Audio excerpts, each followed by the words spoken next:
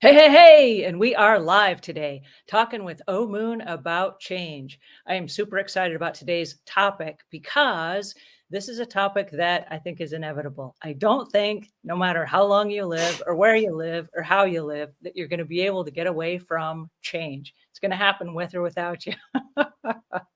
And I'm really excited we're talking about this today. This is from the Insights and Wisdom of Omuugn. If you haven't got your copy, this is a great chance for you to do that. It is available now, and also it is part of the series, and both parts of the book are both volumes are available now in the series. So pick up your copy today. Today we are talking about change from pages 85 to, let's see, 92. So please help me welcome with a conversation here, Omuugn. Omuugn, how are you today? I'm really well today. Thank you. How are you?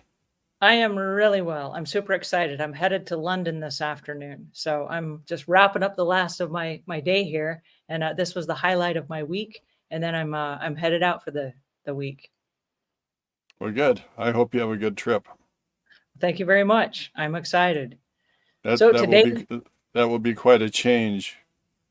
yes, it will be. And right now I need the change. I had a really, really busy week and I need to get away. Here we go. All right. So today we're talking, and I want to start here from the top. And it says the idea that everything is in a constant state of change is a fundamental truth of life. Tell us about that. uh, Before we talked about some of the universal laws, and the fourth universal law is the law of change, that everything is basically changing except the first three laws, which we don't have time to get into today. But And as we get started, we got a Facebook user that says, "Good morning from Oregon." So, hi and hello. We're starting out with some comedy today, talking about change. basically, we see change everywhere. Every day, every night is a cycle. We wake up every day and we've actually changed from the day before. Many of the cells in our body have died and they've been replaced with new cells. Processes have been ongoing. We're actually a different person. We notice it primarily like with a newborn. Uh, every day you go through the same process with the newborn, feeding and changing and going through the process. And you don't realize how quickly changes are taking place in the newborn. A year later, they've doubled in size. They have a lot more skills and they're able to toddle around. They start getting into a little bit of mischief. And the changes are so subtle that we don't really notice them. Changes are taking place everywhere. For example, in nature, yeah, every day is actually a little bit different. The winds are different. Days are shorter, nights are longer, and then vice versa, depending on the season. The day night cycles, the seasonal cycles, uh, the weekly cycles, monthly cycles, everything is changing. We start in the spring, we plant a seed, and then you can actually watch the changes take place as that seed matures and produces its crop. So everything we see, the sky is always different every day, unless you live in the southern states where the sky is just always blue. But up where I live, there are clouds, there are storms, there are things going on. Every day is a little bit different. So everything is changing all of the time. But some of the changes are so subtle that we don't really recognize them and we're not aware of them. And we're not the same person today that we were yesterday. We're actually a different person in some ways. And sometimes that's because we've learned new things. Maybe our belief system has experienced things and our belief system is changing. So we're just not aware of all of the changes taking place. But we are living in a universe, in a world, in a society, in a country, in a family, where changes are taking place constantly all around us. It's almost like we're living on a merry-go-round, but we're Mm. not aware that we're on a merry-go-round. Well, I think that would explain some of the dizziness that many of us feel on a regular basis. So, as a leader, it's really important that we recognize the change and that we're able to adapt to it. What advice would you give to people that are, I'm going to say, leaders in progress? I'm would consider myself in that category. I'm a leader in progress, and sometimes I don't recognize the change because, like you said, it sneaks up on us. What advice would you give to a leader in progress? Well, a lot of it goes back to the awareness. You've seen that in your business, I'm sure, where you have a way of doing things. And when you become aware of something like a new software program that would simplify what you do or tie things together that you're doing, you will actually change your business model to incorporate the new advancements in software design and things that are going on in that nature. We see that everywhere with every year the car styles change and they introduce new engines and they go from gasoline to electric, and then the battery is being constantly changing because they're trying to find a better battery that will service the new electric cars, take them further, have fewer charges, and a lot of battery technology is changing all of the time. And there are many, many companies that are working on some of those same concepts, so it's changing in a lot of different ways.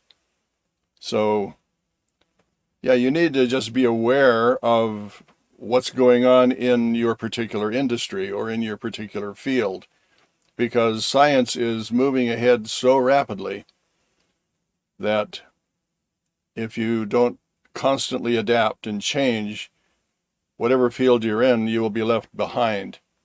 There are new marketing strategies, new way of building things, new building materials, new processes. I mean, the list goes on and on and on and on in every field. Uh, One example is the writers' strike in Hollywood.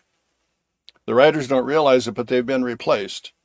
Artificial intelligence now can write their scripts and do everything that they did before. It's kind of like the old telephone operators that used to plug wires in to make connections. We just don't need them anymore because we have new technologies that have completely taken that field into a new arena.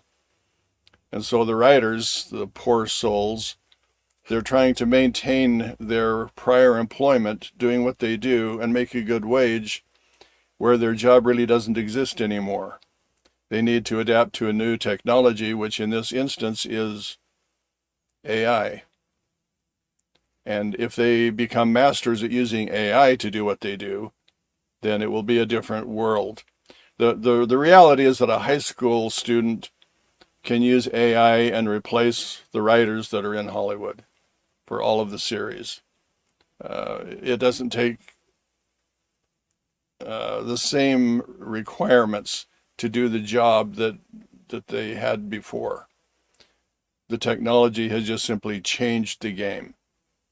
And so, yeah, in a business like yours, you need to be adaptive and aware of all of the things that are going on, the new software programs. You will probably incorporate AI into what you do, and it will change the way your people that work for you actually do their jobs, the way they look at things, the way they solve problems, the way they handle different circumstances that arise. They're just a new way of doing things now. And You know, so, if we go back, and this is talking about AI and the changes and stuff that we're facing, but I remember there was a time, and this goes way back to like 1988-ish, somewhere back in that area. I was in business, but I was living 2,500 miles away from home. And I remember my boss sat me down and said, "There's this new thing called email." And I couldn't wrap my head around it. But the concept was I could take notes and I could put them inside a computer and it would send the equivalent of a letter to someone across the country. And that person could respond in real time. And it would usually take, I don't know, whenever they got their email, and it would be, there's dial up with phones. When they got an alert, they would check their email and then they could respond to me. But what that meant to me was living 2,500 miles away, I did not have to take a letter. write it out, put it in an envelope, address it, put a stamp on it, take it to the post office, have it go 5 days across the country, wait for somebody to open it up, wait for them to respond, send it 5 days back, and 2 weeks later, I got my response. What I heard was the world is about to change. In minutes or hours, I could have the response instead of weeks. And I went crazy. I was like, oh my goodness, the world is changing. And when email came out, I was one of the early adopters. I was one of the very first people on America Online. I was like, yes, I'm gonna do this. This is gonna save me so much time. And I remember when I discovered AI. It was over the Thanksgiving break when my team had gone home for the weekend, and I was playing around with something, and something popped up about AI, and I was like, what is that? And it caught my attention. And then the whole game changer. I spent the whole entire Thanksgiving holiday sitting there saying, what is this and how do we use this for business? On Monday, I called a team meeting and I said, all of your jobs have just changed. On Monday, after the Thanksgiving weekend, I said, I don't know what this means for us, but what I know is that the way we do things will forever change moving forward. And since then, we've replaced several of the people in our company. We lost a couple of really good people that were only married to the old way of doing business. And I said, the way that we used to edit videos, for example, we will never do that again. We will never do that again. We will never go back to the old way. We can now do 10 times faster what we used to do. And so if you want to be an adopter of the AI and you want to be a manager of how we edit with the new software, you're welcome to stay, and we can increase your hours and we can increase production and all the things. We went from one to I don't have enough fingers on my hands. We went to 6 YouTube channels just this year using AI, from 1 to 6 YouTube channels. And so, yeah, everything has changed. But like you said, if you are willing to embrace it, then you will never look at the world the same way. Well, I actually have more stories than you do. Well, let's I hear remember them. I was an engineer for U.S. Steel, and I would put together a customer's order, and that was before calculators. And so I used a slide rule, and we would do all of our calculations with a slide rule. Probably a lot of people today don't even know what a slide rule is. And that was way before computers, way before any of the technology that we have now. So I've seen a lot of changes in my day. I can remember when we used to make a phone call and you would just simply dial O for operator, and the operator would say, number please, and you'd tell her the number and she'd plug the wires in and you could make your call. And the call was on a party line. There would be like 6 or 10 families using the same line. And so sometimes you'd pick up the phone to make a call and someone would be talking, and you'd have to wait until that conversation had ended before it was your turn to make your phone call. So Could you listen in on their phone conversations? you could, but it would be rude. Everyone would understand that it's rude to listen to someone else's phone call. And you could get on at times and say, I have an emergency. I need this line. I have a health situation in my family, and I need to get a hold of a doctor. And then people would hang up and you could say, operator, I need you to connect me with this number. So yeah, we have come so far. My grandmother, she used to drive a team of horses to school with a wagon, and she'd have to stop and let the horses drink water under the bridge on her way home. And she went from that to men walking on the moon. I mean, so many drastic changes in her lifetime. But in my own lifetime, I can remember before there were grocery stores, there would be a meat market, and the milk would be delivered to your house, and everything, they were all separate businesses. And then someone came in with a grocery store concept, and everything changed. Now you could buy all of your groceries in one place. So yeah, changes are taking place all the time. And some of them are just really significant changes. Some of them are very subtle, and we don't even recognize them. For example, your health can be deteriorating because of your diet or your lifestyle, and you don't notice it immediately.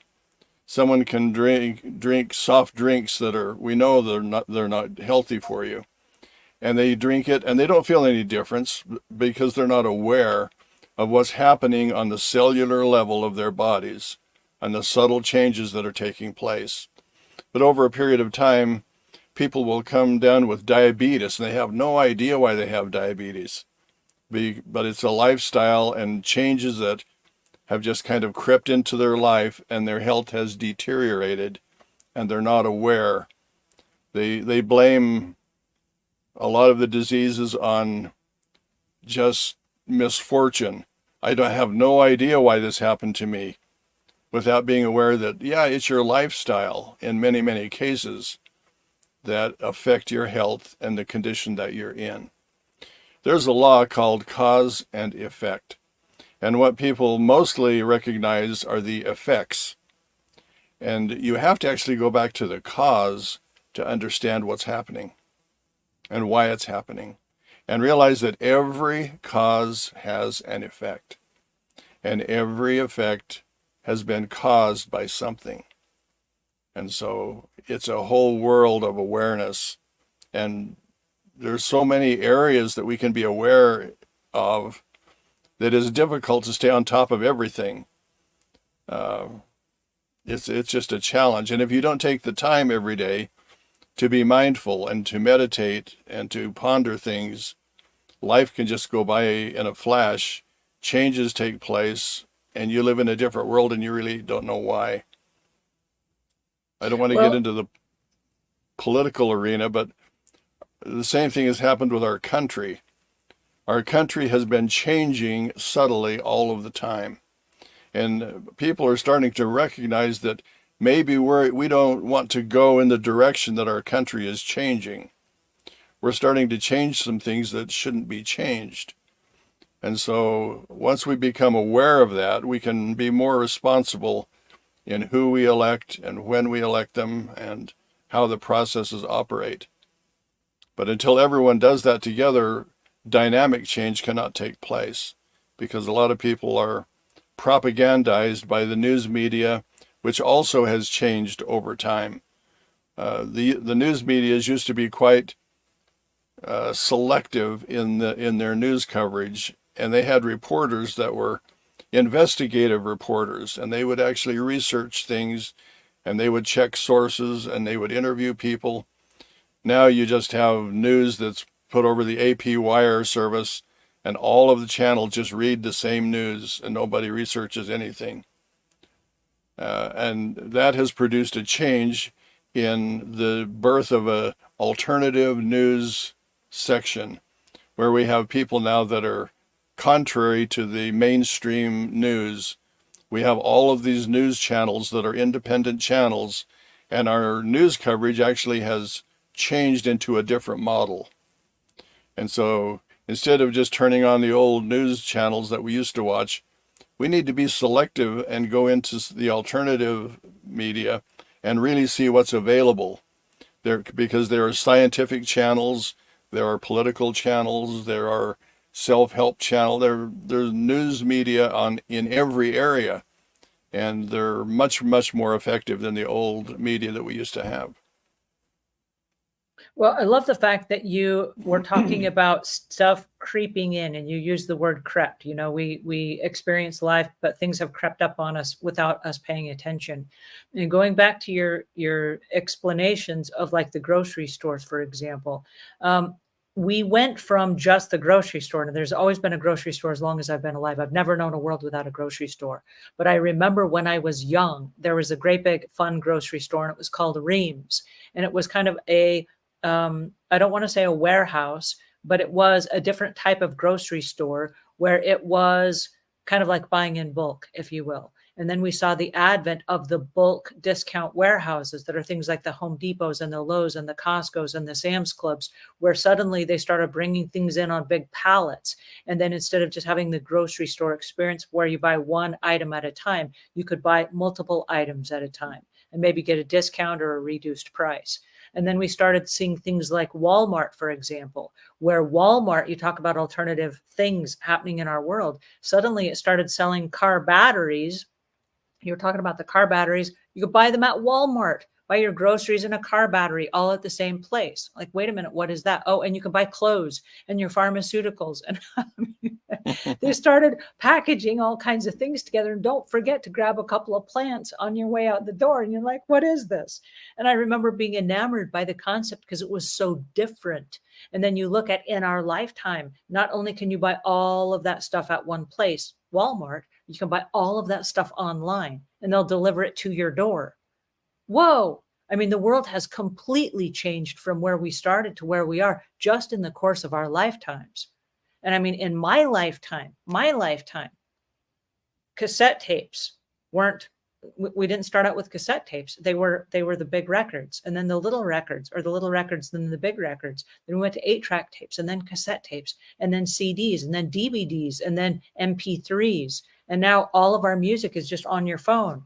I don't even have to click on my phone anymore. I can just say, I won't say it because she'll start playing me a song, but I can say, Alexa, play me Elton John. And she'll pop on and she'll say, hey, here's Elton John from iHeartRadio. You hear that? I And here do. comes the song. Alexa, turn it off. And so now she just starts playing a song. That is the music revolution. And that has happened in my lifetime, right? And so you talk about things that crept up on us. We can't afford to have things creep up on us, right? An interesting facet of that too is that online shopping was really never a thing. And there was one company, Amazon, and they basically just sold books. Mm. And so they started selling books online. And they realized that you could do other things than books.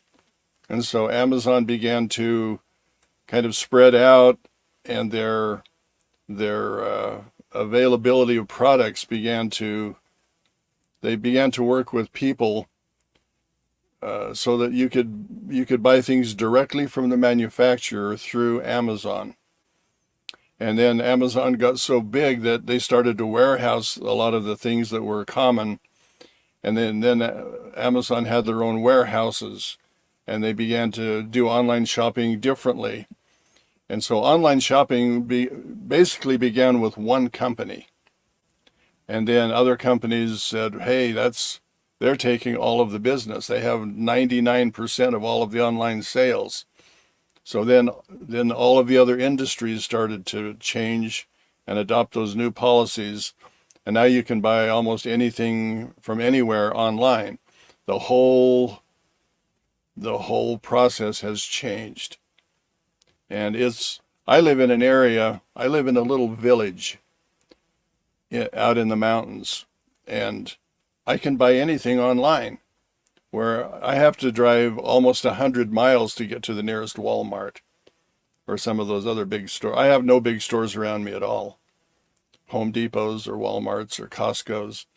So online is really important to me because being isolated, I can do all of my shopping online. Do you want to Just a know few something years crazy? ago. Here's something really crazy. I apologize for interrupting you. I live in a major city, and there are 5 Walmarts within driving distance of my house within about a 10-mile radius. 5 Walmarts. Now, 2 of them are the grocery store family super, they're not the super centers with the plants and all this stuff, but they're the smaller versions. And the other 3 are the great big super centers. I have 2 Lowe's within 4 miles of my house in each direction. I have 2 Home Depots within 4 miles in each direction. Make that 3 Lowe's. I've got 3 Lowe's, one this way, and this way. And the interesting thing is I still buy all my stuff online. I ask myself the question, do I have to leave the house today? Oh, I don't. I can have it delivered, and it will be here later this afternoon. And because I'm in a city where there are so many places that warehouse all this stuff, they can have it delivered later this afternoon. And I say, let me sit right here at my desk. I can get my work done. I can order my stuff. And while I'm getting my work done, they'll just bring it to my house and deliver it for me for free. That's amazing. I feel sorry for you living in that environment. But where I live, it's just peaceful and quiet, and there's just vegetation everywhere, and trees and serenity. And to live in the traffic that you do, and those big cities are a change. It used to be that everything was the family farm, everything was kind of rural. And there's been a big change of people moving to the big cities, moving into a different lifestyle. And their lifestyle has changed. The busyness, the demands on our time, and waiting in traffic and waiting in long lines for things. Things have changed so drastically that, yeah, we live in interesting times. Well, you brought something up earlier that was really important, and I've always referred to it and called it the 300-pound change. And what it is where you get up every morning, and you were talking about how babies change significantly, but in little tiny pieces. And because we see them every single day, we don't recognize the change. Then the grandma comes and hasn't seen the baby in a few months and is like, whoa, look how much you've grown. I hated that when I was a kid. They do like this under your chin. Look how much you've grown. You're like, ah. But I call it the 300-pound change. We eat little bits of things like you mentioned. We drink the soda pops. We don't see the change in our body because we see ourselves in the mirror every single day. Then one day we wake up and we stand on the scale and we're 300 pounds. And we're like, whoa, whoa, how did I get here? And it's that domino effect. It's the slight edge. You do a little something today, you do a little something tomorrow, you do a little something the next day, and it stacks on top of each other. And that domino effect just has that implication of, if you keep doing this over and over and over again, it's going to end up having a series of effects that we don't see because we're so close. We don't see the progress. And then you wake up one day and you're like, whoa, how did I get here? Like you mentioned with the diabetes. How did I get diabetes? Like, oh, I'm so surprised. You shouldn't be surprised if you had that series of errors in judgment repeated over time, day after day after day. Those changes were happening without your paying attention. Yeah, and there's another interesting dynamic in this also. And that dynamic is that a lot of times we fight change. We want things to remain the same. We have a nice little family, and they're going to grow up and they're going to have their own mind, and they're going to make their own choices. And when your family is small, your problems are small, your circumstances are small, and everything is, you can control it very easily. But as the family begins to grow and the kids become older, changes take place whether you want them to or not. And a lot of people resist change. They like the way, for example, email. I'm comfortable with email because I started with email just a little after you did. And I still work from my workstation at home, and I tend to lean on email. And there are faster ways. All of this Twitter stuff and all of the social media and all the things that have developed have kind of passed me by because I'm not really adept at all of those things, because I was satisfied with email. And so I have kind of a resistance to change some things. And it would probably be to my benefit to change and adopt what is currently happening, because you're more in the live stream of what's happening and things are immediate. And sometimes you don't even have to wait for people to respond to an email. You're on a live chat, or you're on a Zoom call. You're interacting with people instantaneously. There are just new technologies that are happening. And so if you're stuck in a place and you resist change, it can have some very deleterious effects, because the world is going to change whether you change or not, or if you're changing slower than the world is changing. And so rather than resisting change, being aware of the changes and flowing with the things that are happening, it's just a different way to live. And your life is a lot more integrated with the reality of what's actually happening if you can adapt quickly. And so sometimes it's good to resist change because, like our country, sometimes you don't want to go the direction of the change, and it does need to be resisted. But sometimes things are changing, like our communications, and you need to not resist those things, you need to adopt them. So there needs to be this awareness of what should change and what shouldn't change. We want the changes that take place to be the changes that we prefer. And if we can do that as a society, then it will be very, very impactful. But even a single person like Amazon starting a change can impact the entire industry, multiple industries, the multiple ways of doing things in our new world. So what is your barometer for change? And I ask this question because if you discover a change and you can implement it in your life, what is it that makes you say, nope, I'm not going to adopt that as a change, or let me take a different look and see if it's something that might apply to me? How do you decide? well, the basis for the books was based on our character traits, and the character traits are really based on universal laws and foundational principles. And sometimes the changes are in harmony with those principles and laws, and sometimes they're not. Sometimes the changes are taking place, we don't want the change to go in that direction.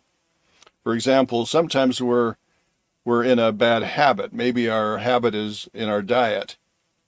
And if we don't recognize that we're in a bad diet, then we will not change. But the first thing is always awareness. If you're not aware of something, you can't change. And if you're not aware of changes taking place, you can't maximize the change. The secret is to take the changes and discern whether they should take place or not take place. And for example, we all have habits of doing things. And sometimes our habits serve us well because we do things almost automatically and it saves us time. But sometimes habits can keep us in a place that we don't want to be. Sometimes we have to be aware that our habit is not really serving us well. For example, some people procrastinate. And procrastination is, it can be, there are two sides to the coin. Sometimes it's good to be patient, and sometimes it's good to act quickly and get things done. But a person who is an habitual procrastinator, that will not serve them well in many, many circumstances over the long run. If you procrastinate doing your laundry, if you procrastinate doing your dishes, they become harder. If you procrastinate fixing things and waiting until they break, and then you have a major thing to fix instead of a minor repair. So being aware of the changes that are taking place and how you should respond, habits that you should change, that sort of dictates how we should respond to life. We need to adapt quickly to what's happening in our circumstances, in our challenges, in our problems, the way we see life. We need to be able to respond quickly, but appropriately. And it's kind of the difference between proaction and reaction. If we're reacting to everything emotionally, then the changes can be very, very upsetting to us. And maybe we would say things in the moment in reacting to a circumstance that we regret. And we say, I wish I had not said that. It has destroyed my relationship with someone, or it has done this or that or the other. But if we take the time to proactively use the circumstances and challenges and problems that we have, and we work through those, and we kind of create the scenarios that we prefer, then when those things take place, when circumstances come, we're already sort of prepared on how we should respond. And if we can respond proactively, we can save ourselves a lot of grief. So being aware of our habits and the way we do things, the way we communicate, it can be positive or negative, and we need to be aware of which one it is. Some people are just really, really outgoing. They make friends easily. They communicate well. If something's not going right, they'll say, hey, I need to talk to you about something. This is happening and this is how I feel, whatever. And then a change will take place that is beneficial for both parties. And sometimes people who are resisting change will hold all of that information in. They don't communicate, problems grow and grow and augment to bigger problems. Relationships are broken. If you look at the incidence of divorce in our country, there are almost 50% of people who get married get divorced. And you never think of divorce when you get married. You think of a different lifestyle together and things are going to be wonderful. But the changes are taking place subtly every day. And if you're not aware of those and on top of those, you'll end up getting divorced because you have two different lifestyles, two different belief systems, two different personality clashes. If you don't grow together, you grow apart. So, yeah, you need to be aware of all of those things and respond appropriately to what you would prefer to happen. We'll talk about divorce, and that's an interesting topic because when I got married with the understanding that till death do us part. Those were part of the vows. And so I went into it, I guess, blind, thinking that I'm going to be with this person until I die, like in sickness or in health. That's just the way it was. But as I started considering my beliefs, and I was taught, thanks to you, I was taught to question everything. I woke up one day in my marriage and I said, do I still believe till death do us part? And I realized I do not. I do not believe till death do us part. Here's the reason why. When you have a child and a child is born, it's only this big. And then it grows and it's bigger and bigger and it grows to be a preteen and it is not the same person at all. And then it grows to be a teenager and it has attitudes and philosophies of its own. It is not the same child that was born when it was a little infant. And then it grows on to be an adult and they have their own lifestyle and beliefs and they've morphed into this completely different person. And that is the natural evolution process. And then I said, wait a second, if I am not evolving at the exact same rate as my spouse and we are growing and evolving into two completely different people, is it theoretically possible that I wake up one day and I'm married to somebody completely different than the person I married? And the answer is yes, absolutely. And so I made the commitment to myself. I don't want to be unhappy and I don't want my spouse to be unhappy. And if we married because we were going to bring happiness to each other's lives, if we wake up one day and we've evolved into something completely different and we're not happy, I do not want to stay together just for the sake of staying together. That sounds like a really dumb plan to me. So I went to my husband and I said, hey, new game rules, not till death do us part. He's like, whoa, that's not what we agreed on. I said, I know. But as long as we're growing in the same direction and we want to be in the relationship together, I want us to stay together. But if we have grown apart and we don't want to be in the relationship, I don't want to hold you hostage. I want happiness for you, and I want you to go find your happiness. So promise me right now, while we're still in love, that if you ever decide that you're happy somewhere else, that you will leave. No one gets hurt on the way out the door. We're not going to throw rocks and be mean to each other. If we decide to go our separate ways, we go in peace. And he's like, okay. Okay, great. Now, every day, I'm going to fight to be the kind of person that you want to be in a relationship with. I like you and I want this to work. But in order for it to work, I'm going to work at this every single day so that we're not going in separate directions, but that we're going on the same journey together, even though we might disagree or we have different opinions or what have you. Because I promise you this, and this goes back to today's topic, we will change and our lives will change and the circumstances that we find ourselves in will change. And knowing that this will change, I want him to be my first go-to person to say, hey, things are changing. Are you still cool with that? And in my business, I go to him a lot and I say, hey, something just changed. Are you still cool with this? Are you still on board? Do you see something that I don't see? Do I have some blind spots? Am I missing something? Sometimes I do.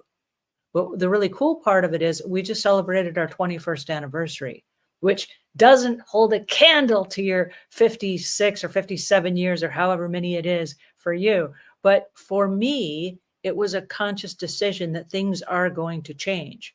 And I know it's going to change. And so therefore, I'm going to brace myself right now so that I can weather those storms as they come. Well, the example that you used will probably precipitate a lot of comments because there are a lot of different belief systems and religious theories and all kinds of things associated with marriage. But I will say this, just in passing. because of the lack of communication in very specific things. We tend to make assumptions. And in most marriages that I'm aware of, one person's assumption is marrying the other person's assumption. Mm. And they're making assumptions about each other. And you actually assume that your spouse is going to be a certain way based upon your belief system. And so when the assumptions begin to come to light, that the person isn't really what you assumed they would be in all of the different areas in which you have made assumptions, it's going to create a situation that needs to be resolved through very specific communication strategies and win-win solutions. And if you have two people that are aware of that and they work together and they communicate, you can you can work through all of those things. But if you're not good communicators and you don't learn certain skills, and if you have bad habits and you're living assumption against assumption, it's going to be a really, really rocky road for you. And so we can talk about marriage. That's a different topic, but there's a way that marriage works really, really well, and it's in communication and growing together, adapting to change in the same way, so that people understand each other and why they do things and what they're thinking and what their processes are. Yeah, you can work together and have a wonderful marriage, or you can live in a world of assumptions that basically has very little chance of success. But Well, and anyway, I think that's proven where you said about 50% of the folks that get married get divorced.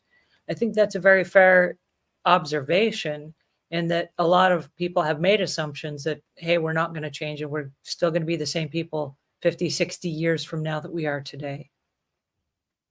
yeah. But back on change, we have a tendency to get older all of the time. And a lot of people don't really relish getting old. There are people who go through the plastic surgery and the Botoxes and the Buttocks and all the different things that they do so that they look younger, and they resist getting older without realizing that there are different stages of life. There are different seasons in life. And all of those seasons are change, very drastic changes, going from your fertility bearing years to the menopause and the older years, and the physical changes that take place with enzymes and hormones and all different kinds of things. You can resist that, or you can realize that there are parts of life that are just natural. There are seasons that are just natural. And the idea is to embrace the change and to maximize the change and to optimize the change, so that you're kind of flowing with life and getting all that there is out of every season that you have. You don't have your harvest and plant your seeds at the same time. You plant your seeds and you let them grow and develop and nurture. You nurture them, you water them and weed them, and let them mature. And then at the proper time, when the blackberry is just juicy and perfectly ripe, then you can pick it and enjoy it. And so we need to enjoy life. We need to enjoy the seasons. We need to enjoy the change. And we can steer a lot of that by living the life that we prefer, because you have the ability to make changes in your life, in your thinking patterns, in your belief system, in your habits, and in the way you approach things. You control the environment that you live in. And if you don't like the environment, you can change the environment. There are structures available that you can put into any environment, organizational things. You can create a space that you want to be in and have that space meet all of your needs. Or maybe you can live in a cluttered space, and it will affect you in many, many different ways. You can never find things. You don't know where tools are. You don't know how to fix things because All of the materials and resources are scattered yonder and fro. And so if you can organize your life and put things where they go and put a structure in your environment, you can create the change that you want to experience. In relationships, if I had an ideal relationship with someone, what would that be? How would friends interact with each other? You don't want to be over at your friend's place all the time, interrupting their schedules. You want to be empathetic and wise. And so you create structures in all of your environments, all of your relationships, all of your habits. And you can change so that life is what you prefer to live, what you prefer to experience. And a lot of the things that happen now are happening because of the changes that you have made. If you take your shoes off and there's a place for them at the doorway, when guests come to your home, they look and they see shoes there at the doorway and they say, well, in this environment, I guess they take their shoes off. And so now your guests will take their shoes off because that's the structure in that environment. And so if you create the life that you prefer to live, most of the changes that take place, eating the carrot rather than the donut, eating the apple rather than the candy bar, you create health in your body. You create the change of growing older in a healthy way. And that change is something that you have designed because of your lifestyle and your choices. So changes are inevitable, but we can control a lot of the changes that are taking place. I know for me, when I look at the next generation, I look at around at a lot of people that are a generation ahead of me, and I say, I don't want to end up like that. I have what I call the display of death in my bathroom. And this year I've gone to 7 funerals, and I'm sad to say that, but every funeral, I don't know why, it's like a new thing. They've produced these little business cards, and it's like a little photo of the person that died and then the date that they were born and the date they died. And I don't know why, just this year they started coming out of nowhere, but these little business cards of people that died. So I have this little row of the display of death. And every morning as I'm getting dressed, I look at the little display of death and I think to myself how sad that this person died. Like one of them is my Uncle Scott. Uncle Scott died at age 70, but for the last 12 years of his life, he was in intense pain. So every day as I'm getting dressed, I say to myself, wow, that's really sad because he was so young when he died. And then he was in pain for so many of those years. And then how sad is it that the last 12 years of your life you would have to live in pain because either of health choices or something that happened. And so as I look at all the different people that have died that have affected my life somehow this year, I'm asking myself different questions. What am I eating today so that I don't spend the last 12 years of my life sick and nearly dead? What am I doing that when I die, Scott sadly was one of 16 children. And at his funeral, this is a unique observation. There were 3 of his living siblings that showed up at his funeral, and there were 13 living siblings. 3 of them showed up. And then I thought, how sad that only 3 of your siblings showed up at your funeral. And there was a month between the time he died and the time of his funeral so that people could make arrangements to come attend the service. And then I thought, what kind of a life are you living that your siblings, your immediate siblings, don't show up for you? And so there are lots of questions that I've been having every morning with myself as I'm looking at the display of death to say, what happened here? So that I can make different choices about the changes that I'm making in my life. Not so that I'm judging those people, but I can say, what can I do differently? I do have a choice right now. Right now, I can make different choices so that when I'm 70 years old, hopefully I'm out running marathons and I'm vivacious and I'm living life to the fullest. Not that I'm calling it quits on life because I was so unhealthy that that was the best option. You know what I mean? I'm curious. How do we take what we have right now, the world that we're in today, and just kind of freeze it for a second and say, what changes can I make that would be productive moving forward?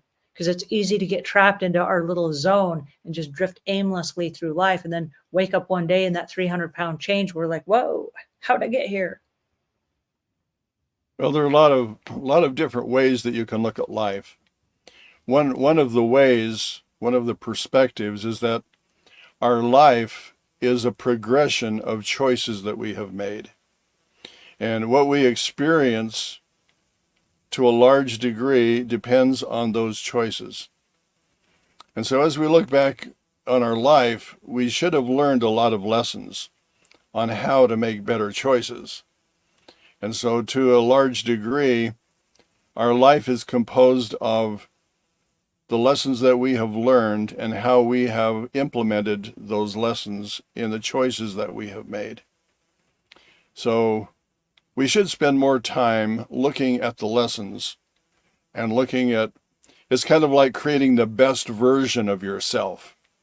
We always want to be the best version of ourselves, so that no matter what circumstance we're in, how would I present myself in this situation if I were the very best version of myself, the person that I would really like to be? And if I want to be that person, what are the characteristics that person would have? How would they show empathy? How would they show patience or tolerance? Or should they share their belief system or not? Sometimes we don't want to do that because we're aware of the person that we're talking to, and maybe that person is very judgmental, or if you told them how you really felt about things, it would cause a circumstance or a conflict. So we need to be aware of that and only share things that need to be shared. Sometimes the best thing to share is silence. But anyway, we should learn from our lessons and decide who we want to be and then live our life based on that, the very, very best version of ourselves. And that would solve a lot of problems. We wouldn't be reactionary people. We would be proactive people. And we would create the situations and the scenarios and the relationships that really would be meaningful to everyone involved. So let me ask you, if you are going to be the best version of yourself, how do you hold yourself accountable to being that person? well, like I say, it's being aware really of what the universal laws and foundational principles are, because living those would be the best version of yourself. The universe is always trying to support your belief system. For example, if you believe that you're poor, the universe will support you in that belief. It will make certain that you don't have the resources that you need for anything, and you can live a life of poverty. I had an experience this week where a person was given a gift, and the gift was some personal items like body lotions and perfumes and things like that, wrapped in a beautiful package. And the person had kept that for actually several months. And the person who gave them that gift came to them and said, "Why aren't you using this material? This was my gift to you." And the person said, "Because this is such an expensive gift, I didn't want to use it because it's out of my comfort zone to appreciate expensive things." And the person who gave her the gift said, "Well, actually, the company who made this, these were overstock, and they had actually discarded these and put them in the garbage. And I salvaged these from the garbage and cleaned them up and gave you this gift." And this person said, "Well, now that I know that it was valueless and that you got it from the garbage, I will go ahead and use it." So we have belief systems sometimes that are really, really strange. And we need to realize that we had a session on abundance, that we live in a universe of abundance. And the universe is trying to support our belief system. And if we have a belief system of abundance, the universe will make sure that our life is abundant in every way. And if you're grateful for the abundance, and if you show appreciation, and thank the universe, thank deity, thank the Lord who oversees us and blesses us, then more blessings will come. It's like a river of energy and resources that flow. Uh, there are some people who are just generous. They give you things and they help you and they do things that are nice for you and that you really appreciate. And then you help other people, and it's just a river of resources that is recirculating. And there are some people who are hoarders, and they just grapple onto things, and they have boxes full of things that they will never use. They have things like, I knew a person who had saved, they were big chests full of clothing. And by the time they had passed away and that clothing was inherited by other people, the fabrics had changed. Instead of all of the ironing and all the things that had to happen with those old pieces of material, they have new wrinkle-free material that you don't have to iron. You just hang it up or use a steamer on it, and so most of that was just discarded. It never served anyone any purpose at all. But it's something that people lived around forever, walking through little hallways in their house, little trails, because they had hoarded and stored so many things that they would never use. It's really sad. Some of our habits are just not good habits. And so we should have learned those lessons. If we're aware, change is going to take place, and we want to maximize the change. We want to maximize the lessons that we've learned. We want to maximize the choices that we make and use change for our benefit and for our development and to become the person that we want to become, rather than fall behind and let change just run over us like a runaway freight train. Well, I'm really inspired and I'm really freaked out by this conversation because I love change and I hate it at the same time. And I have to really stop and consciously every time something is about to change in my world, my eyes get really big and I kind of go on freeze mode, like, oh no, here it comes.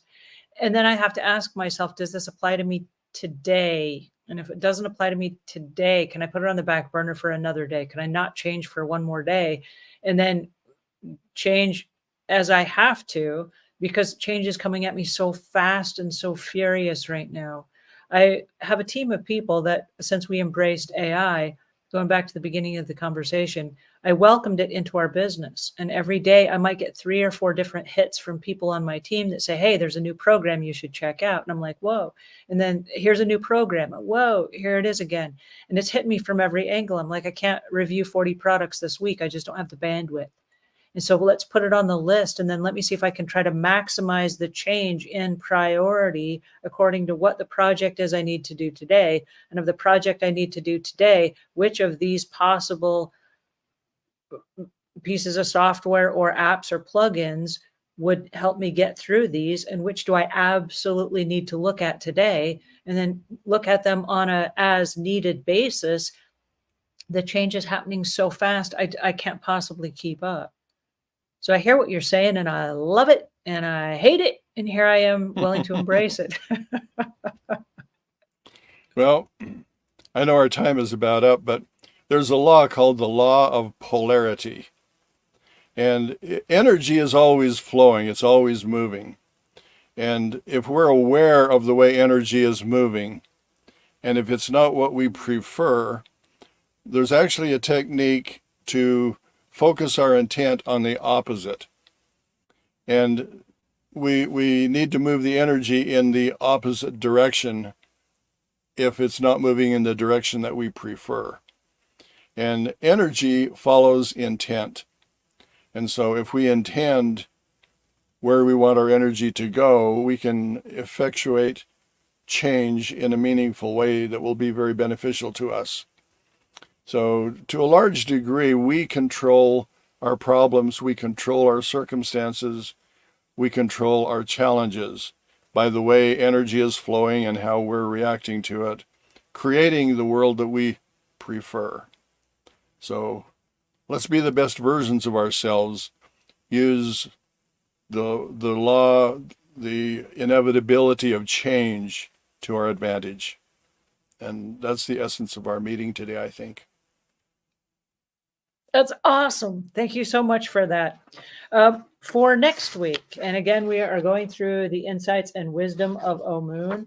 Our topic this coming week is on character and taking everything that we've learned so far from abundance to change, all the way through to change and our belief systems, and then building a character. So I'm really excited about that. We will actually have 1 week of break between now and our next session because I will be out of the country next week, but we will rejoin in 2 weeks to pick up on character. So thank you, Omuugn, for joining us today.